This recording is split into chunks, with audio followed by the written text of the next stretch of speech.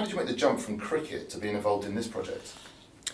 I went back to South Africa in 2013 on a program where a couple of my buddies were relocating and microchipping rhino. Right. And when I got back into that Africanness and smelt the African bush again and got back into the wildlife where I was when I was a youngster living in South Africa, it just got me hooked.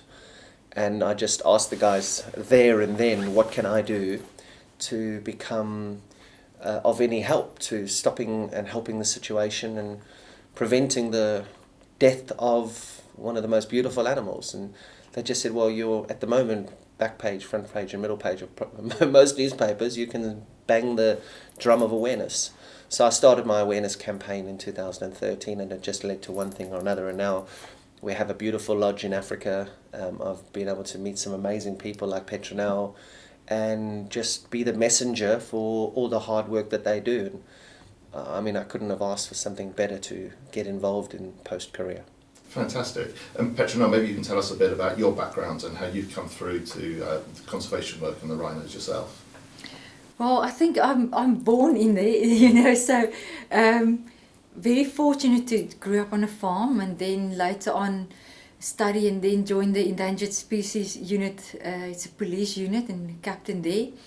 And then, if you see and you work with the criminal world and you've seen the destruction, that's not necessarily what I think that's where I want to be. And made a change and then start saving animals and areas. And before I knew it, there were so much things to do and so many animals to save. Kevin, there's some really hard-hitting scenes in the documentary. How did you feel when you first came across the wounded rhinos? You numb. You just go numb. You go numb when you see it, and then the smell is something that you just don't want to smell. I mean, it is... somebody asked me in an interview this morning, can you describe the smell? You're smelling death. It is just that bad. Like, I mean, if you touch the rhino or you're doing something and you manage to get the smell in your face, that thing's with you for a couple of days. It is just so brutal what's happening out there, and you never get used to it. That's the one thing about seeing a dead rhino. You never get desensitized within that space, and it's an absolute shocker. And what are some of the emotions that you went through, like all throughout the project and the filming? So there were a lot of emotion. It was you understand from the human side, the greed side, the poverty side. So that caring, that sort of loving, wanting to help, trying to position yourself as a storyteller, trying to champion people like Petronel who need all the help in the world with what she does and the farm and the property that she has with all the orphans that she has to look after. Understanding how destructive it is to the animal, so trying to put that across. And then also bringing in other talent into the scenario, so me introducing Matt Wright, the outback wrangler, into Africa. So it was very emotional, trying to show the great stuff to Maddie, then championing care for wild and petrol, then also showing the technology that there is in that private game reserve bordering the Kruger Park, then also flying in and going, that's a dead animal, and then trying to keep your emotions intact to still talk about the situation, but you're in front of in a crime scene. So, I mean, it was the highs and lows of what it's like in the bush. So it was quite hard to position yourself in certain scenarios as well. And then when you meet the people that are working there, they're now soldiers. They were conservationists, they did all the census counts, worked on the vegetation, helped the animals. Now they're just literally having to shoot people and be shot at. And that roller coaster of emotions, I guess, Petronel, that's something you would concur with? That's something you've gone through your whole career, I guess?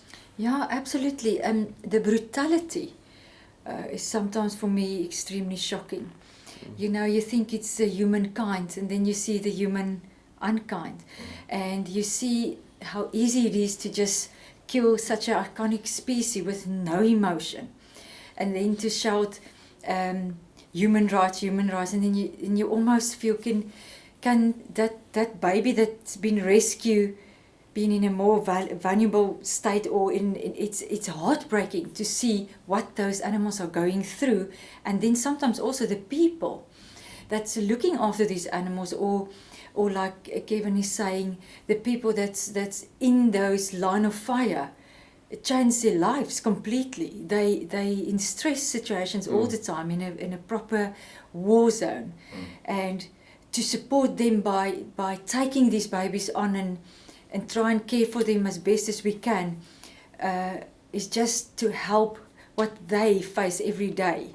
And it gives them a little bit of hope when we at least save the survivors. And that's why I'm so extremely grateful for Kevin to go there and see how it's really happening and to tell the story. Of all the endangered species that there are in Africa, indeed in the world, what was it that led you to rhinos? I think they called me. That was it just happened naturally. I've always been helping with wildlife, and because of my relationship in the endangered species with places like the Kruger National Park and building good relationships there, it's like phoning a friend and say, listen, we really need you to help. And who am I not to say, but I'm really ready to help. And that is, I think it just leads into it. Kevin, did you feel in danger at any point during the filming? No, I don't put myself in those circumstances. I don't like the brutality. I don't like the human war. I'm there just to be the messenger, to assist in raising the awareness, and just protect humans, protect animals, This is not a battlefield that I want to get involved in. It's purely me trying to conserve or jump into conservation in that wildlife space, because they need our help, they need voice, they can't speak. And when you fly into these scenarios and you walk into these scenarios, it's truly horrific. So no, we don't fear for our lives. I mean, we're in a completely different space to Petronel. They do. She's got a whole army that looks after just her. So I'm in that messenger space of just basically giving them a voice and we put the most brilliant show together with the ability of National Geographic and the whole full bang shoot. You guys who we can talk to and can broadcast the message out there about the brutality of what's happening. Petronel, with you being involved in what you do for, I guess, 20 or more years, from what I'm hearing, how do you deal with sort of the danger? You must come across this sort of almost every day with the poachers and the like. How do you deal with that? I think we don't. I don't think we know of it always. I think she basically tries to palm it off. That's what she tries to do, is palm it off. But it's real. That's the way we live. We do have very well trained people on the farm, rangers, as well as a mounted unit, as well as a very good K9 unit in a reaction team. And I must say the military background does help to understand what we're busy with. And I think discipline is quite important when doing that kind of work, and also to know what you're busy with. Although the documentary is very harrowing in places, the scenery is absolutely stunning, the animals, they're just so endearing. Kevin, did you have a favourite part of the filming? When I'm in Africa, I'm so at peace, and I just absolutely love it. I said to my wife yesterday, just sitting there going, I just want to be in Africa. We've got the most beautiful home in Africa. And I just said to her, I said, I just want to be in Africa. I've just been so busy over the last month. I've been on 28 aeroplanes in 30 days. And I just said to her, I just want to be around the fire pit in the bush. So anytime I'm there, there's no favourite.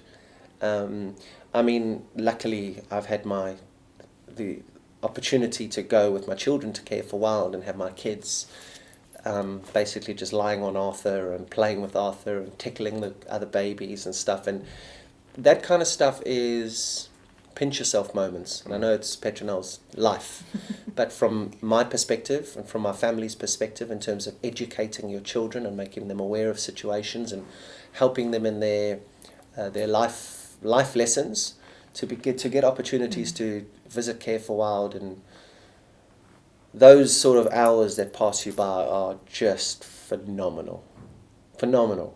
It really does sound amazing. Petronel, I heard somewhere in the documentary that rhinos could be extinct as soon as 2025.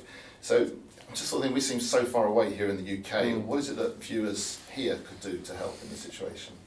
I think there's so many things they can get involved with. Firstly, that's why the awareness campaigns in this firm and so on is so important. And to talk about Arthur, that's a rhino that's been injured and just trying to protect his mom as well, is to bring this a little bit nearer. But definitely, no one wants to go to Africa or South Africa to see the big three or the big nothing, you know. It is important to participate in our efforts and to help and maybe adopt some of the animals or the rangers or the dogs, or just to support the community projects that we're busy with. And that will already make a massive difference, most definitely. Donating to Care for Wild, and also by volunteering. Like, Petronel needs assistance.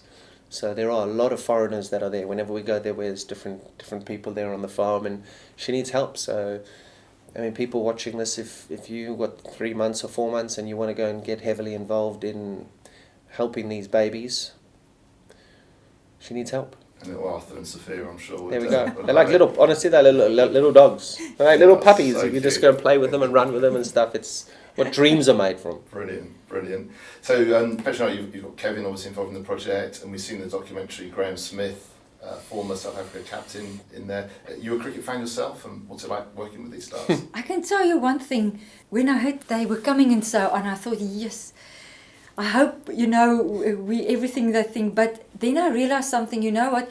If someone's a good sportsman, you know, you're a leader, you're a captain, you know what you want, you're disciplined and you focus, then it was the most amazing day for us, all of us.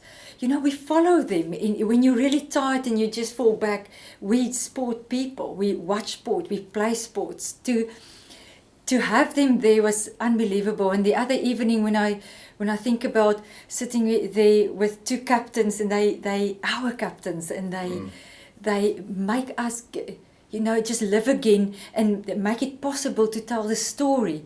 You know, when Kevin was going off the field and he lifts his bat and it's in victory, I don't think he likes to lose at all. And I like that a lot. We mustn't lose this battle. And to have people like Kevin driving this for us makes me again hopeful, and having him and Graeme and them walking with the torch. Sometimes, yes, you do get a little bit, yes, oh, where are we going? Are we going to make it? And then they came along and said, don't worry, we're strong for you guys. We will go for you. And we saw them winning. So we believe in them. Yeah, it was wonderful. Brilliant. Kevin, if you could bring it down to, say, 3 key points that you want viewers to get out of this, what are the 3 key points? That rhino horn has no medicinal value, that human greed is such a horrible thing, and it's destroying species. So the messaging of awareness is something that is vitally important. And Petronel, what are the key things that you hope to get out of the series airing?